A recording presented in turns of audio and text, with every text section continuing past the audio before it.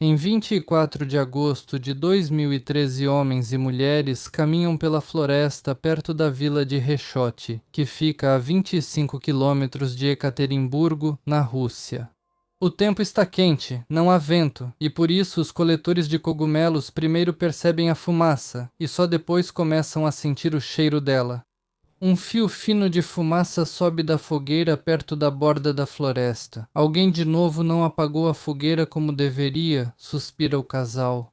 Vão ter que fazer isso eles mesmos. O homem e a mulher se aproximam da fogueira e quase imediatamente ficam paralisados, sem acreditar no que veem.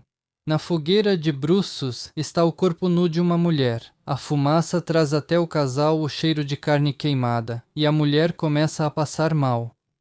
A polícia que chegou leva o corpo carbonizado para Ekaterimburgo, para o Instituto de Medicina Legal.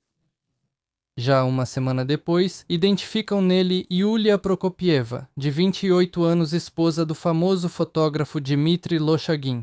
E 1 ano e meio depois, o próprio Lochagin será enviado para a colônia penal por tirar a vida de sua esposa, apesar da ausência de provas diretas no caso.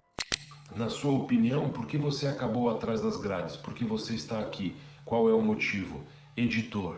Ainda não entendo por que esse absurdo acontece comigo. Mas você continua lutando, pelo que eu sei. Sim, agora estamos na fase do recurso de cassação. Este caso ainda continua sendo um dos mais controversos e misteriosos na história criminal, se não da Rússia, pelo menos dos Urais. Hoje o episódio está muito detalhado e não é à toa que estou gravando esta frase com uma voz especialmente fanhosa e resfriada. Porque hoje vocês terão a oportunidade, com base em todas as versões, de tirar suas próprias conclusões e formar sua opinião, que depois podem escrever nos comentários.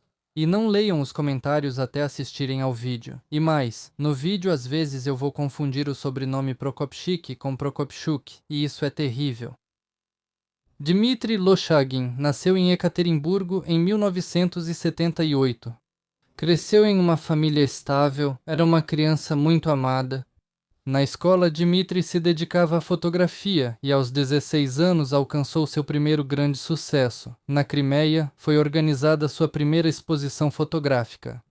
Após terminar a escola, Lochagin ingressou na Faculdade de Economia da Universidade Técnica Estadual dos Urais. Eu, tendo recebido uma formação em economia, mesmo assim continuei desenvolvendo meu estúdio fotográfico. Ele não abandonou a fotografia, pelo contrário, conseguiu um emprego em uma famosa agência de modelos local chamada Alexandrie. Lá, ele trabalhou como fotógrafo principal, diretor comercial e gerente de arte.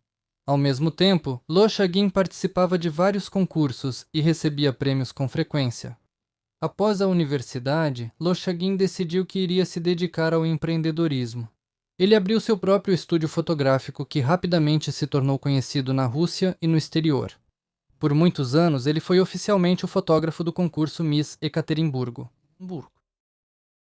Em 2004, Lochagin conheceu aquela que viria a ser sua primeira esposa, a modelo Tatiana Grigorieva.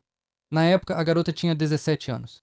O casal se casou em 2006, Tatiana depois deu à luz um filho, Daniel, mas em 2010 veio o divórcio. No entanto, os ex-cônjuges mantiveram uma relação profissional, e Tatiana mais tarde participou de muitos projetos de Lochagin. Pouco tempo depois do divórcio, Lochagin começou a namorar Yulia Prokopieva, uma modelo de 26 anos de Nizhny Tagil. Ele conheceu Yulia há 10 anos, quando ela tinha apenas 16 anos. Naquela época, sonhando em se tornar modelo, ela decidiu participar do concurso de beleza Miss Nizhny Tagil. A garota agradou muito a Dmitry, e ele se ofereceu para fazer um portfólio para ela de graça. O relacionamento deles não evoluiu para nada além disso naquela época, mas Yulia se lembrou desse encontro. O relacionamento deles evoluiu rapidamente. Lochagin sugeriu à garota fazer uma sessão de fotos na Índia e depois a pediu em casamento.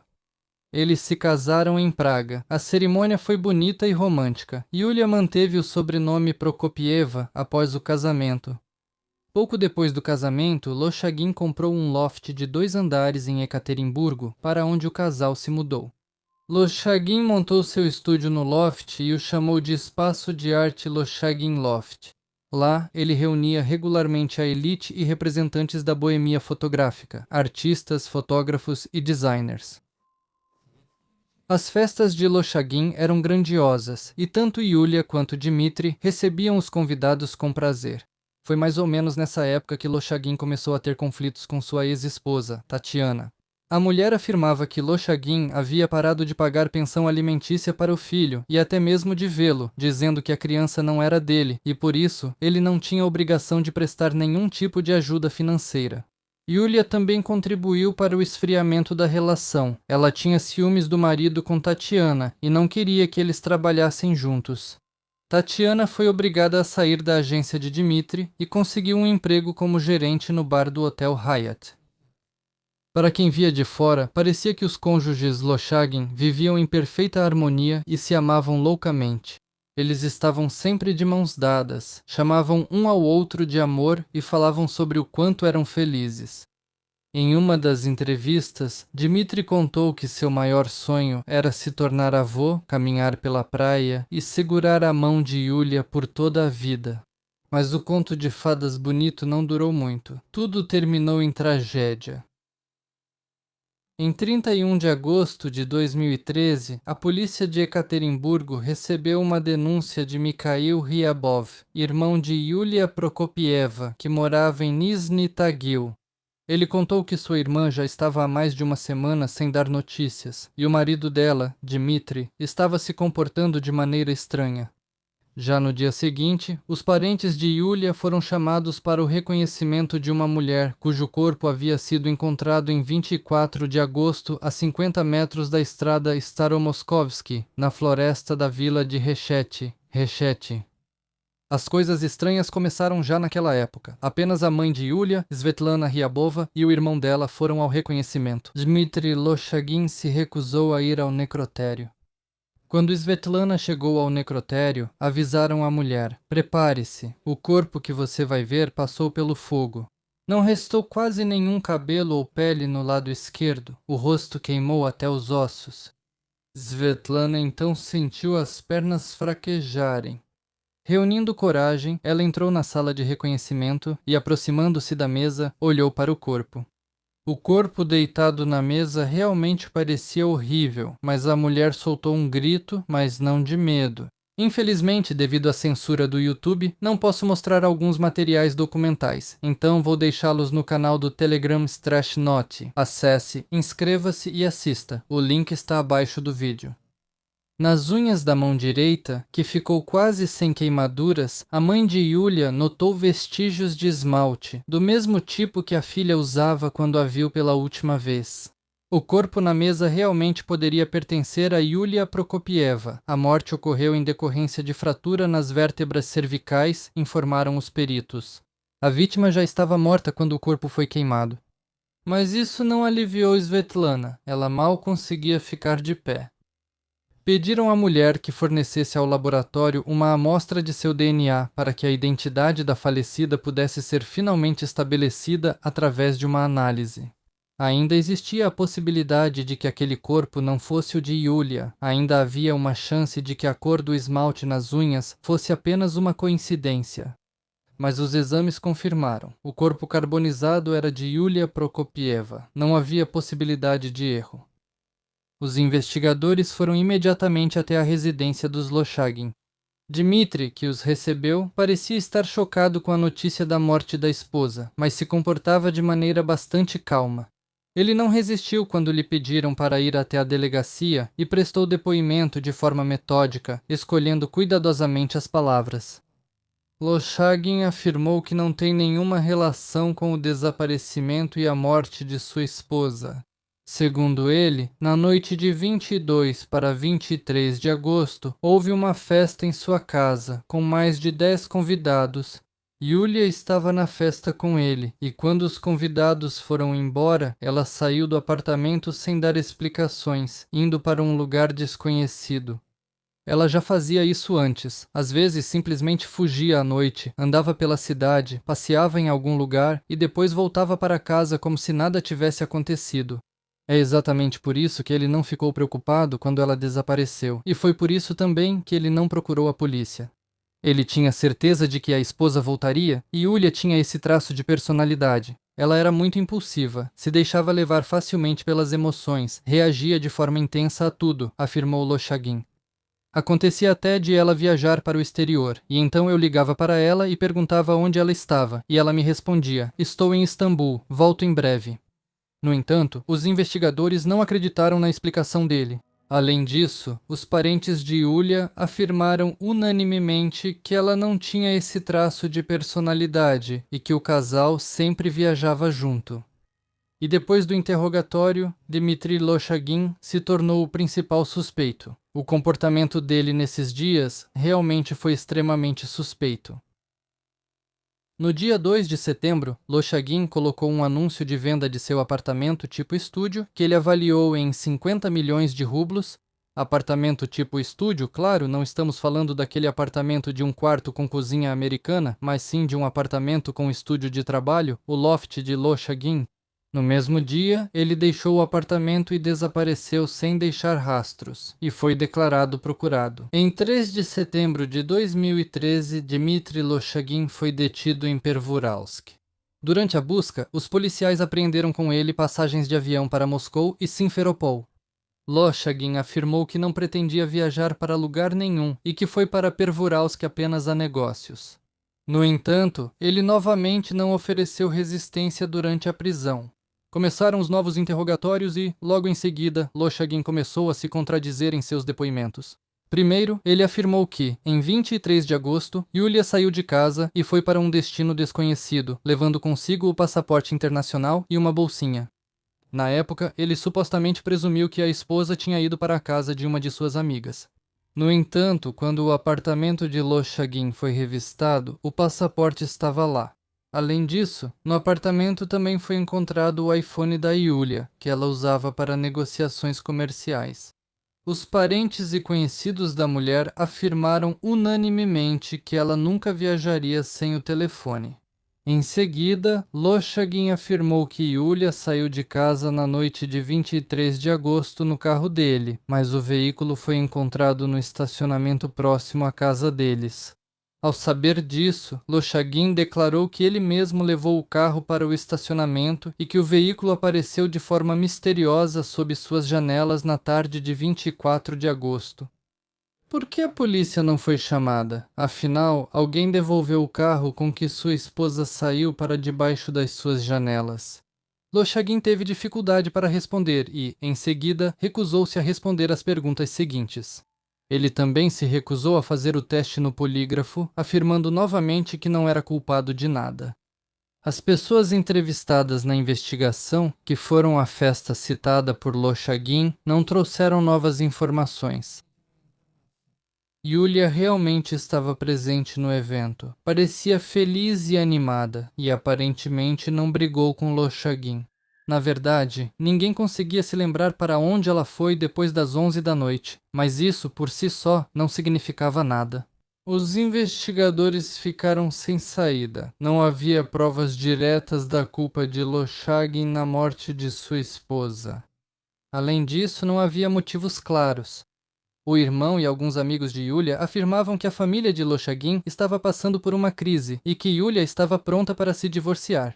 Segundo eles, Loshagin gostava demais da vida boêmia. Ele precisava constantemente de inspiração, de paixão.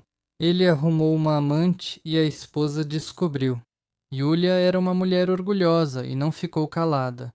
Começaram as brigas. Loshagin ficou agressivo, podia levantar a mão contra Yulia, chegava a agarrar seus braços durante as discussões. No entanto, alguns amigos de Loshagin afirmavam que quem foi pega em infidelidade conjugal foi a própria Yulia. Além disso, foi descoberto recentemente que a falecida estava com HIV. Loshagin ficou furioso. Foi exatamente por causa disso que começaram as brigas. A gente briga de forma muito intensa, mas se recupera muito rápido disso. Tipo, literalmente em 3 ou 4 minutos já estamos fazendo as pazes e nos beijando. Aí a gente faz as pazes depois. Sim, mas isso acontece de forma muito intensa. Bom, quão intenso? Se Dima não gosta de algo, pode até tirar uma taça de vinho. Acho que algo já está acontecendo. Digo, Amura, você sabe o que está fazendo? Sim, eu já estou me conformando. A versão vazou para a imprensa, mas depois essas informações não foram confirmadas. Tatiana Grigorieva, ex-esposa de Loshagin, declarou à investigação que viu Yulia na noite de 23 de agosto na boate Pushkin. Ela não estava sozinha, estava com algum grupo, vários homens. Não conheço nenhum deles, declarou Grigorieva, mas essas informações também não se confirmaram. Com base nos registros telefônicos, Sotova mentiu. O telefone de Loshagin mostrou que em 23 de agosto ele estava na área onde o corpo da esposa foi encontrado. No final das contas, foi exatamente essa circunstância que se tornou decisiva. Dmitry Loshagin acabou sendo acusado com base no artigo 105, parte 1 do Código Penal da Federação Russa, homicídio. Naquela época, ele já havia se recusado completamente a cooperar com a investigação e apenas repetia constantemente que não era culpado de nada. O caso teve grande repercussão. Dmitry Loshagin era uma figura conhecida muito além dos limites de Ekaterimburgo. A investigação foi transferida para a primeira seção de casos importantes do Comitê de Investigação da Federação Russa na região de Sverdlovsk. Canais federais e locais exibiram várias reportagens sobre o caso. Em setembro de 2013, os advogados de Loshagin entraram com um pedido no tribunal para mudar a medida cautelar de prisão para compromisso de não se ausentar. No pedido, os advogados chamaram a atenção para circunstâncias que a acusação havia omitido anteriormente e que, na opinião deles, indicavam que Loshagin não era culpado pela morte de sua esposa. Assim, realmente foram encontrados bilhetes para Simferopol no bolso de Loshagin, mas também havia passagens de volta para 9 de setembro de 2013. Isso significava que Loshagin pretendia voltar. Ele não tinha intenção de fugir para lugar nenhum. Além disso, o resultado do rastreamento telefônico também levantou dúvidas. No momento em que o corpo foi encontrado, Yuli Loshagin estava perto do Palácio dos Esportes, mas apenas 11 segundos depois ele apareceu na rua Tisvilinga, que fica a cerca de 3 quilômetros desse ponto. Bem, hoje em dia qualquer pessoa, pelo menos na Rússia, sabe como isso acontece. Simplesmente o seu navegador de repente para de funcionar. O sinal some, o GPS desliga e de repente você não está mais no centro da cidade, mas sim no meio do rio. Talvez tenha acontecido algo parecido lá. Ainda mais porque, como a defesa argumentou com razão, fisicamente é impossível se deslocar 3 km em 15 segundos, então o registro de chamadas estava errado, e não se pode confiar nele. Os advogados também criticaram a declaração da investigação de que Loshagin anunciou a venda de seu apartamento no dia seguinte. No dia seguinte, após ter sido constatado que Yulia havia perdido a vida, de acordo com os documentos fornecidos pela defesa, o apartamento foi colocado à venda em 16 de agosto, ou seja, antes da morte de Yulia. Loshagin ganhava bem, era uma pessoa conhecida e respeitada, lembraram os advogados. Era bem visto por colegas e amigos. Ele amava a esposa profundamente e a tratava como uma rainha, jamais conseguiria levantar a mão contra ela. No entanto, neste caso, os advogados de Loshagin omitiram algumas circunstâncias. Pouco antes da morte de Yulia, ele foi réu em um processo criminal aberto com base no artigo 116 do Código Penal da Federação Russa por agressão. A denúncia foi feita por sua ex-esposa, Tatiana Grigorieva. Na época, as partes chegaram a um acordo amigável, firmando um acordo judicial. No entanto, o tribunal levou essa circunstância em consideração. Loshagin é capaz de atacar uma mulher, a crueldade nele. A medida cautelar foi mantida sem alterações. A investigação oficial foi concluída em 10 de julho de 2014 e o caso foi encaminhado ao tribunal. Segundo a investigação, os fatos foram os seguintes. Em 22 de agosto de 2013, Dmitry Loshagin organizou uma festa em seu apartamento em homenagem à artista Ekaterina Loshagina. Reuniu-se um grupo de amigos bem conhecidos do casal, personalidades populares de Ekaterimburgo, a elite. 3 dias antes disso, Yulia Prokopieva havia completado 28 anos. Na festa, Dmitry presenteou a esposa com um buquê luxuoso e fez uma bela homenagem. Os convidados aplaudiam, Yulia sorria, todos pareciam estar felizes. Por volta das 10 da noite, Lochagin convidou a esposa e os convidados para a cozinha, para o terraço, para admirar a vista panorâmica da cidade à noite. Eles subiram pelo cômodo técnico do 17º andar, onde ficaram por algum tempo. Tanto os convidados quanto o casal Lochagin estavam bêbados. Lochagin tirava fotos. Depois de um tempo, Dmitri e Yulia, junto com alguns convidados, voltaram para o loft, enquanto os outros convidados ficaram no telhado. Às 22h45, querendo voltar para o local, os convidados descobriram que a porta que levava ao loft estava trancada. Presumivelmente foi Lochagin quem a trancou. Naquele momento, ele e Yulia ficaram sozinhos no loft e, por algum motivo, saíram para a sala técnica. Palavra vai, palavra vem, começou uma briga entre os cônjuges. Talvez o motivo tenha sido ciúmes. Uma das testemunhas depois contaram que Yulia não gostou porque Lochagin deu para Ekaterina Itchinskaya o mesmo buquê que deu para a esposa. Mas no geral, o motivo da briga continua desconhecido. Seja como for, a briga de bêbados rapidamente se transformou em uma luta. Lochagin perdeu o controle. Empurrando a esposa contra a parede, ele deu vários chutes nas pernas de Yulia com os pés calçados e depois a agarrou pelo pescoço. Com um puxão, o pescoço de Yulia estalou quando uma vértebra quebrou. A mulher amoleceu nos braços do marido e caiu em seu braço. No chão, já estava morta.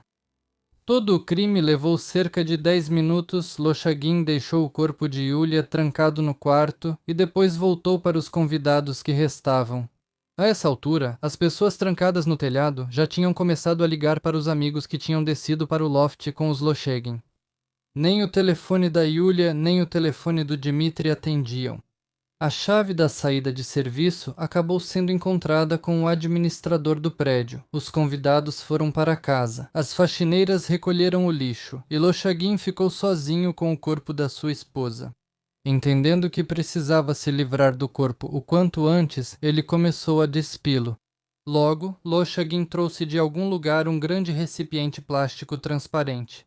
Colocando o corpo de Yulia dentro, ele levou o recipiente para fora do apartamento e o colocou no porta-malas do seu carro. Já era de manhã lá fora. Saindo para a estrada velha de Moscou, Lochagin seguiu em direção à vila de Reshot, onde parou na beira da floresta. Acendeu uma fogueira e colocou o corpo nu da esposa no fogo. Depois de se certificar de que estava queimando, Lochagin deixou a floresta e foi para casa. Ele jogou as roupas de Yulia no rio próximo, quebrou o telefone de Yulia. Depois de ouvir a versão da investigação, Lochagin mais uma vez afirmou que não era culpado de nada. Nós fazíamos planos para a vida. Queríamos nos mudar para Praga e ter filhos, afirmou ele. Nós éramos felizes.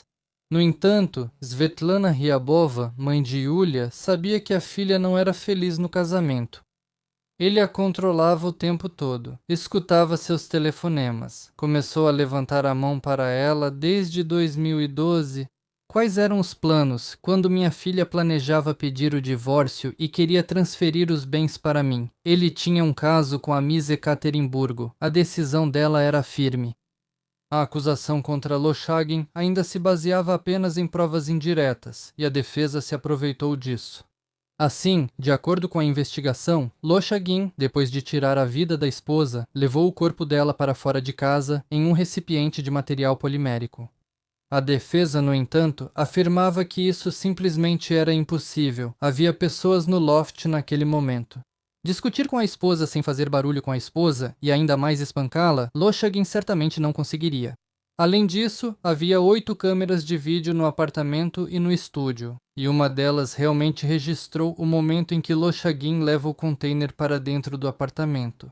Só que o tamanho do container era pequeno demais para que um corpo pudesse caber facilmente dentro dele. Para que Lochagin acomodasse o corpo de Yulia, seria necessário colocá-lo em posição fetal. Devido ao rigor mortis dos tecidos, o corpo de Prokopieva, após ser retirado da cremação, também deveria estar em posição fetal. No entanto, na floresta, o corpo foi encontrado em outra posição. Além disso, após assistir ao vídeo, ficou claro que Lochagin não levou o container para fora do apartamento. Em resposta a isso, os peritos criminais que analisaram as gravações das câmeras afirmaram que parte das imagens das câmeras foi apagada. Além disso, a acusação apresentou ao tribunal imagens de vídeo da câmera da entrada do prédio. Nela, é possível ver Lochagin saindo de casa com um grande recipiente plástico semi-transparente, no fundo do qual há algum objeto. Então, a defesa lembrou ao tribunal que no início de 2013 Lochagin quebrou ambos os tornozelos enquanto descansava em uma estação de esqui, e teria sido extremamente difícil para ele carregar sozinho o corpo de Yulia, que pesava 55 quilos. Talvez, afinal, o criminoso não seja ele. Alguém dos convidados, ou por exemplo funcionários do serviço de buffet, poderiam ter tirado a vida de Yulia. Após o fim da festa, 6 grandes caixas foram levadas do loft por 6 carregadores. Foi possível identificar apenas 4 dos homens, e eles com certeza não poderiam estar envolvidos na morte de Yulia. Mas 2 deles continuam desconhecidos. A acusação estava em bases frágeis. O criminoso quebrou as vértebras cervicais da vítima, o que significava que não havia vestígios de sangue nem arma do crime. Não havia testemunhas do crime ou de briga entre os Lochagins. Os resultados das análises das ligações telefônicas eram questionáveis. Não havia nem mesmo um motivo claro para o crime. Restavam apenas o comportamento suspeito do próprio Lochagin e provas indiretas. Mas nem esses elementos ajudavam muito. Assim, por exemplo, durante uma segunda busca no apartamento, foram encontrados cacos de uma taça larga quebrada. A acusação afirmava que essa taça foi quebrada pelo casal durante uma briga, porém a defesa apresentou ao tribunal fotos em que Yulia e Dmitry bebem em taças de gargalo estreito. Além disso, os peritos criminais determinaram que as impressões digitais nos cacos não pertenciam a Lochagin. No apartamento foi encontrado um fragmento de cor preta. A investigação afirmava que era um pedaço da camisa que Lochagin usava naquele dia. Foram encontrados vestígios de suor no tecido, mas a perícia constatou que eles não pertenciam nem a Lochagin nem a Yulia. Como se descobriu depois, o tecido poderia ser um fragmento de um vestido ou até mesmo de uma fronha. Uma das testemunhas do caso foi um certo Vyacheslav Kolipin. Em algumas fontes, Kolipin é escrito com A na primeira sílaba, empresário. Alguns amigos e conhecidos de Yulia afirmaram que a garota tinha um caso com ele e que Lochagin descobriu sobre esse relacionamento. Isso pode ter servido como motivo para o crime. Kolipin, com muita relutância, admitiu que realmente conhecia Yulia e que eles até corriam juntos no parque. Mas nunca tivemos nenhum relacionamento íntimo, nunca, declarou ele categoricamente. Durante a perícia criminalística, foi constatado que a última ligação feita do telefone da vítima foi direcionada justamente para Kolipin. O empresário não atendeu a ligação. O Ministério Público exigiu que Dmitry Lochagin fosse considerado culpado e condenado a 13 anos de prisão. Já em novembro de 2014, o tribunal deveria ter emitido a sentença, porém a defesa inesperadamente apresentou um pedido para a realização de uma nova perícia criminal independente, com o objetivo de determinar a causa e o momento da morte de Yulia Prokopieva. O especialista convidado para realizar a perícia colocou em dúvida a conclusão do perito anterior. Segundo ele, a perita de Pervuralsk, Anna Shuloshnikova, não determinou o tempo de permanência do corpo na floresta, não examinou as manchas cadavéricas, não mediu a temperatura dos restos mortais, não indicou no laudo a posição dos músculos do pescoço, da língua, nem dos 5 hematomas na parte interna da coxa, e não mencionou o fato de que foram encontrados restos de comida no estômago. Além disso, Shuloshnikova escreveu que nos restos do corpo foram encontrados fragmentos de roupas queimadas. Já nos relatórios policiais, foi dito que o corpo estava nu. Além disso, descobriu-se que a perita não realizou o exame dos rins de Yulia, embora tenha indicado no laudo que tal exame foi feito. No novo laudo, foi indicado que o lado esquerdo do corpo de Yulia estava queimado, incluindo a pele e o tecido muscular, enquanto o lado direito do corpo quase não foi afetado pelo fogo. Isso significa que, pela temperatura dos órgãos internos, seria possível determinar o momento da morte. No laudo foi indicado que a morte da jovem ocorreu de 6 a 8 horas antes de ela ser encontrada na floresta, ou seja, no dia 24 de agosto e não no dia 22. Além disso, o perito também afirmou que, para quebrar o pescoço da esposa com as próprias mãos, Lochagin teria que possuir muita força física. Na opinião do perito, o acusado não poderia ter causado tais ferimentos em Yulia. A perícia enfraqueceu completamente a acusação. Na sessão final do tribunal em 25 de dezembro de 2014, Dmitry Lochagin foi considerado inocente e libertado. A sentença causou uma onda de indignação entre os parentes de Yulia, e a mãe da jovem declarou que iria recorrer. Tínhamos mais 2 testemunhas de acusação, mas por algum motivo não foram chamadas ao tribunal, declarou a mulher. E acrescentou que Lochagin, em um dos interrogatórios, acabou confessando a 2 funcionários que tirou a vida da esposa e se livrou do corpo. A mulher não quis revelar os sobrenomes dos funcionários na época, mas prometeu levá-los ao tribunal. Após ser libertado, Lochagin visitou o túmulo da esposa em Nizhny Tagil, conversou abertamente com a imprensa e concedeu uma entrevista. Ao conversar com os jornalistas, ele manteve a versão de que Yulia, naquela noite de 23 de agosto, foi a uma boate com sua amiga Leila. Ele afirmava que Yulia foi vista nas dependências da boate. Chegou a dizer até que alguém a viu nos dias seguintes. Lochagin afirmava que Yulia morreu em 24 de agosto, ou seja, 2 dias depois daquela festa. Ele apoiava totalmente a versão do perito convidado.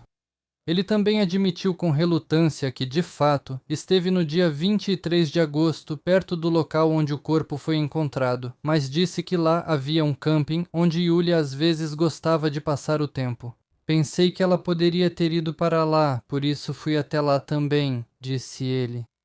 Enquanto Lochagin aproveitava a liberdade recém-conquistada, a mãe de Yulia, Svetlana Ryabova, decidiu agir. Ela assinou um contrato com o advogado moscovita Evgeny Chernusov. E já em janeiro de 2015, eles entraram com um recurso contra a sentença de absolvição de Lochagin. No recurso, Chernusov apontou inúmeras contradições e violações cometidas pelo perito convidado ao elaborar o laudo. O perito não se baseou em métodos cientificamente fundamentados do Ministério da Saúde, mas tirou conclusões praticamente apenas com base em sua própria experiência e opinião. O tribunal não tinha o direito de basear a sentença absolutória em provas obtidas de um especialista particular. Na audiência, foram ouvidos os depoimentos de 20 testemunhas convidados da festa, que afirmaram não terem notado nenhuma briga entre Yulia e Dmitry na noite de 22 de agosto de 2013. No entanto, observou Chernusov, isso não significa de forma alguma que Lochagin não esteja envolvido na morte da esposa. A briga aconteceu sem testemunhas. Não era possível se basear nos depoimentos deles ao proferir uma sentença de absolvição. Chernusov também comentou sobre as provas reunidas pela investigação. Assim, ele observou que, como resultado da busca no apartamento de Lochagin, foram encontrados o passaporte russo e o passaporte internacional de Prokopieva, as chaves de 2 carros que ela usava e um dos seus celulares. Sem esses itens, Yulia dificilmente teria saído de casa. O fato desses itens terem sido encontrados em casa, de acordo com as instruções da Procuradoria-Geral da Rússia para a análise de casos de desaparecimento de pessoas, indica que foi cometido um crime intencional contra Yulia. No final de janeiro, surgiu uma nova testemunha no caso, o agente Pavel Prokopchik. Ele disse que, quando encontraram o corpo de Yulia, os braços e pernas dela estavam dobrados de modo antinatural. Isso poderia confirmar a versão de que Lochagin levou o corpo da esposa para fora de casa em um container. Prokopchik também afirmou que, em um dos interrogatórios, Lochagin confessou a ele que naquela noite brigou com Yulia e a empurrou, fazendo com que ela caísse e quebrasse o pescoço.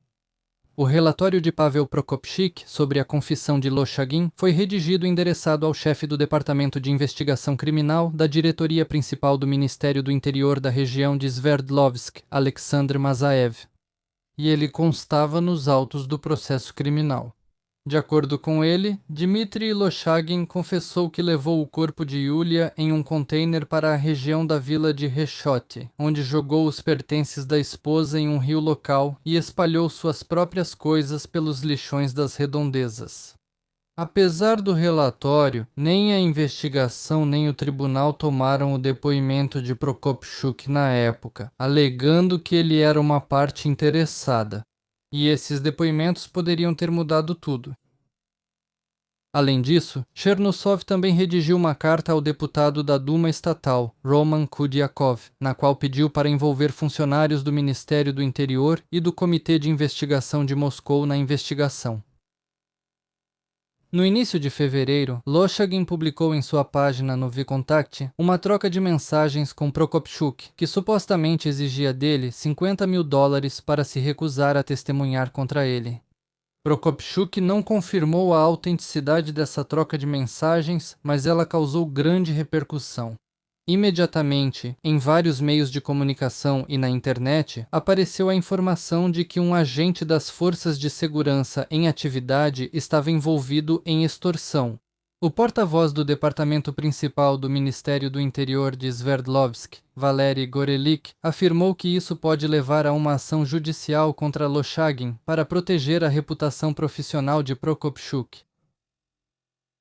A audiência para apelar da sentença ocorreu em 26 de fevereiro e durou quase 5 horas.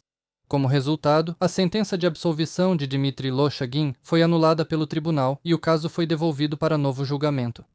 Como medida cautelar, foi imposto a Loshagin o compromisso de não sair da cidade. Em sua decisão, o Tribunal Regional de Sverdlovsk baseou-se em fatos não considerados, avaliação incorreta e inúmeras violações do Código de Processo Penal cometidas pela investigação e pelo Tribunal de Primeira Instância. Assim, nas gravações das câmeras de segurança na noite de 22 para 23 de agosto de 2013, era possível ver Yulia entrando no estúdio fotográfico. Depois disso, convidados e funcionários do serviço de buffet também entraram no local, mas nenhum deles viu Yulia. A primeira instância também não deu importância ao fato de que, em determinado momento, parte dos convidados ficou trancada no terraço do loft. E os Loshagins de repente pararam de atender o telefone ao mesmo tempo. Depois disso, ambos os telefones de Yulia ficaram desligados.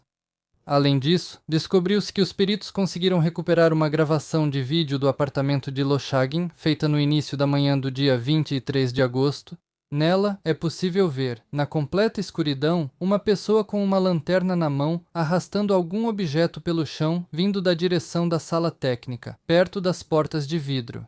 Loshagin afirmou que na manhã do dia 23 de agosto estava no apartamento sozinho, então essa pessoa só poderia ser ele. O próprio Loshagin, entendendo que dessa vez tudo estava indo claramente contra ele, se defendia desesperadamente. Várias vezes ele tentou acusar Svetlana Ryabova de simplesmente inventar seu depoimento. Chegou até a trazer o certificado escolar de Yulia, alegando que Svetlana o havia comprado. O tribunal concluiu que o diploma não era relevante para o caso.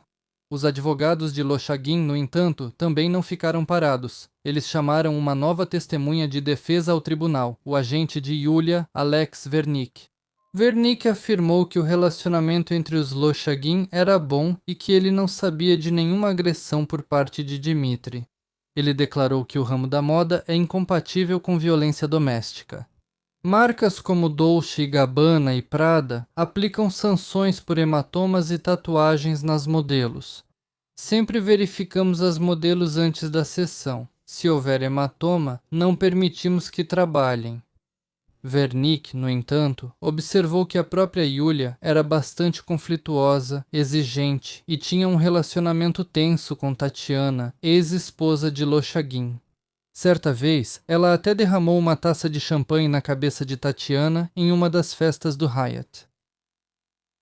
O tribunal estava gradualmente se transformando em um caos. A defesa chamou novos peritos, e eles afirmaram que haviam tentado quebrar o pescoço de Yulia Prokopieva pelo menos 4 vezes, e que o próprio crime ocorreu por volta das 7 ou 8 horas da manhã do dia 24 de agosto de 2013.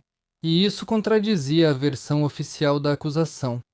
Também surgiram informações de que, pouco antes da morte, Yulia foi violentada no ânus com um objeto contundente. No dia 15 de abril, a própria Tatiana Grigorieva compareceu ao tribunal. Agora, a mulher já não defendia mais o ex-marido. Tatiana declarou que, ainda na primeira audiência, Lochagin confessou a ela que tirou a vida de Yulia acidentalmente, quando a empurrou durante uma briga e ela caiu. Ele levou o corpo para a floresta. Não ligou para a polícia porque havia substâncias proibidas no loft. Grigorieva afirmou que Lochagin costumava reclamar para ela do comportamento de Yulia.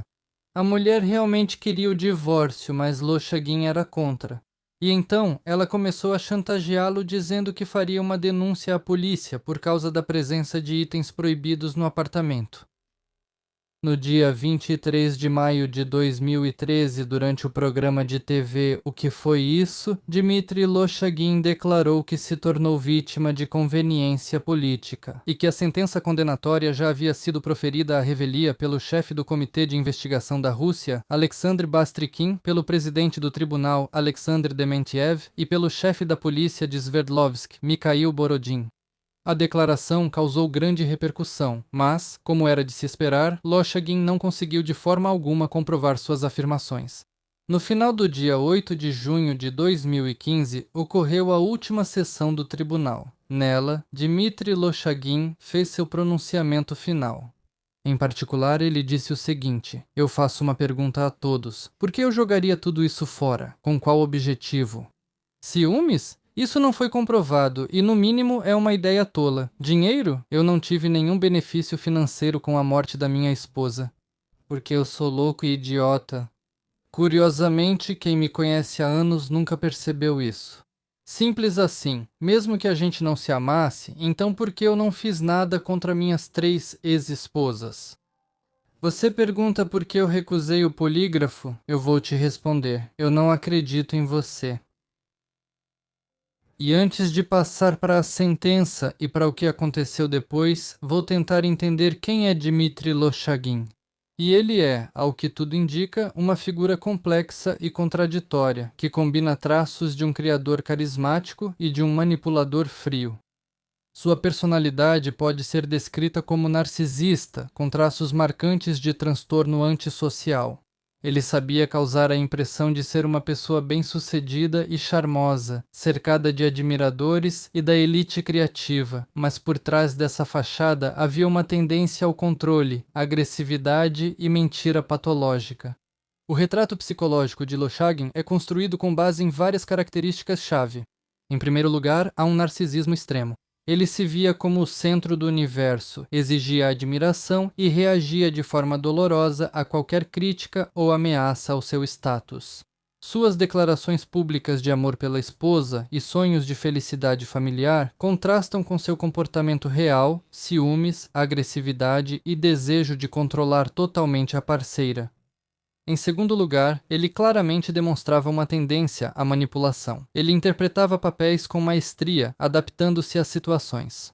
Ora era a vítima de um julgamento injusto, ora o marido arrependido, ora o criador injustamente condenado. Outra característica importante é a frieza emocional. Mesmo nos momentos mais dramáticos, reconhecimento dos corpos, prisão, julgamento, ele não demonstrava reações naturais de tristeza ou medo, mas sim uma contenção calculada. Suas mentiras eram bem pensadas, mas ao mesmo tempo caóticas. Ele mudava facilmente seu depoimento quando as versões antigas desmoronavam, mas não sentia culpa pelas contradições. Isso é característico de pessoas com tendências psicopáticas, que não possuem uma barreira moral interna.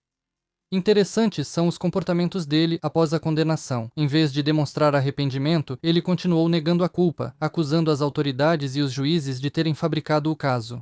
Ao mesmo tempo, ele conseguiu se adaptar ao sistema prisional, usando suas habilidades de manipulação, por exemplo, participando da denúncia de corrupção entre os guardas. Isso mostra sua alta inteligência e capacidade de encontrar vantagens mesmo em condições extremamente desfavoráveis. No geral, Lochagin é um típico representante de um psicopata bem-sucedido, charmoso, inteligente, mas desprovido de empatia e capaz de crueldade quando seus interesses estão ameaçados. Sua história é um exemplo de como o narcisismo e traços antissociais podem se esconder atrás da máscara de uma personalidade criativa e da alta sociedade. Ele poderia ter sido o algoz da esposa? Bem, considerando o perfil psicológico, sim, Lochagin poderia tirar a vida de uma pessoa. Seus traços narcisistas e psicopáticos, mentira patológica, falta de empatia, necessidade de controle e capacidade para agressão criavam uma combinação perigosa. Primeiro, o motivo. Narcisistas não toleram perder o controle sobre as pessoas que consideram suas. Se Yulia realmente estava planejando ir embora, como afirmaram seus entes queridos, isso poderia ter provocado fúria. Um motivo alternativo é o ciúme, a traição dele ou dela, o que também se encaixa no trauma narcísico. Segundo, o método. Quebrar o pescoço é um método impulsivo, mas limpo. Não há sangue, não é preciso usar arma. Isso pode ter sido um ato espontâneo de raiva, por exemplo, durante uma briga, e não um assassinato premeditado. O passado esportivo dele e sua forma física tornavam isso possível. O terceiro é o comportamento após o ocorrido. A mentira dele sobre o paradeiro da esposa, a tentativa de fugir, a destruição do telefone da Yulia são ações típicas de culpados tentando encobrir seus rastros. Os psicopatas costumam ter certeza de que vão enganar o sistema. Daí vêm as desculpas caóticas, mas ousadas dele, como, por exemplo, sobre o retorno místico do carro. Quarto, ausência de remorso. Mesmo na prisão, ele não admitiu culpa, mas isso não é inocência, e sim uma defesa narcisista. Para essas pessoas, admitir é a ruína do seu eu ideal. No entanto, há um ponto importante. Predisposição psicológica não é o mesmo que culpa comprovada. Talvez ele não tenha tirado a vida da esposa, mas seu comportamento e personalidade o tornaram o suspeito ideal. Então, psicologicamente, sim, ele era capaz de tirar uma vida, mas juridicamente a questão permanece controversa devido à falta de provas diretas. Sua culpa é muito provável, mas não está fora de dúvida. Em 24 de junho de 2015, uma sentença condenatória foi proferida contra Dmitry Lochagin. O tribunal o sentenciou a 10 anos de prisão em regime fechado. Lochagin recorreu da sentença e o tempo de prisão foi reduzido em 2 meses. Ele foi cumprir a pena na colônia Novaya Lialia. Enquanto estava preso, Lochagin, em dezembro de 2015, tornou-se suspeito de cometer outro crime, tentativa de assassinato do promotor Mikhail Azdoev, que insistia em sua culpa. O incidente ocorreu tarde da noite, em 30 de maio de 2015, pouco antes da sentença condenatória ser proferida. O criminoso incendiou um pneu de carro na porta da casa de Azdoev. A fumaça do pneu encheu a casa e, se Azdoev estivesse em casa, ele teria sufocado. Após isso, o promotor só ia às sessões com escolta. Então, Lochagin acabou fazendo o teste do detector de mentiras, mas os resultados foram inconclusivos. Ele não foi responsabilizado por esse caso. Na colônia, Lochagin trabalhou várias vezes como fotógrafo, criando reportagens sobre os eventos. Ele até quis doar o equipamento fotográfico para a colônia, mas não aceitaram. Ao mesmo tempo, ele continuava afirmando que foi enviado para a prisão por motivos políticos. Eu sei com certeza que o juiz que me julgou foi promovido a presidente do tribunal depois do meu processo, declarou ele aos jornalistas em 2016. Quando o promotor saindo do tribunal pergunta ao juiz se fez tudo certo e as pessoas ouviram isso, como isso se chama? Em 2018, Rafik Zinatulin, vice-diretor da colônia onde Lochagin cumpria pena, foi preso sob acusação de abuso de poder com uso de tortura e violência sexual contra os detentos. Lochagin atuou como testemunha nesse caso. Ele confessou que viu Zinatulin e 5 de seus assistentes torturando os presos e cometendo violência sexual contra eles. E também declarou que foi obrigado a pagar dinheiro ao chefe da colônia, Sergei Sozinov, durante 2 anos para não se tornar ele mesmo vítima de abuso. Lá provavelmente nem dá para ir ao banheiro ou sentar tranquilo sozinho. É simplesmente um absurdo. A declaração de Lochagin causou repercussão pública mais uma vez. Uma nova inspeção foi organizada na colônia. O próprio Lochagin foi transferido para outra colônia penal para cumprir sua sentença. Durante o tempo de reclusão, Lochagin apresentou vários pedidos de liberdade condicional e solicitou a substituição da pena privativa de liberdade por restrição de liberdade. Mas mesmo quando um tribunal tomava uma decisão a seu favor, outro tribunal imediatamente a anulava. Finalmente, em meados de 2022, Lochagin teve sorte. Seu pedido de liberdade condicional foi aceito, e desta vez o tribunal considerou insuficientes os argumentos da instância de apelação. Em 23 de agosto de 2022, Dmitry Lochagin foi libertado. Quase imediatamente, ele voltou a trabalhar com fotografia. Ele conseguiu clientes e também atraiu jornalistas. Lochagin continua negando sua culpa na morte da esposa e diz: pretendo simplesmente seguir em frente com a vida. Ele chama sua estadia na prisão de uma viagem de trabalho criativa. E o que você acha sobre esse caso? Lochagin é culpado ou não? Aliás, vou deixar a entrevista dele no canal do Telegram, e vocês podem ver essa pessoa, observar a aparência dele e como ele fala, e talvez também tirar suas próprias conclusões subjetivas. Bom, então deixem seus comentários, curtam, deem dislike e assistam outros vídeos no canal. Eles estão aí nas telas finais, agora mesmo na sua tela, e eles são lançados, mesmo que você nem sempre receba notificações sobre isso, então se inscreva e ative o sininho.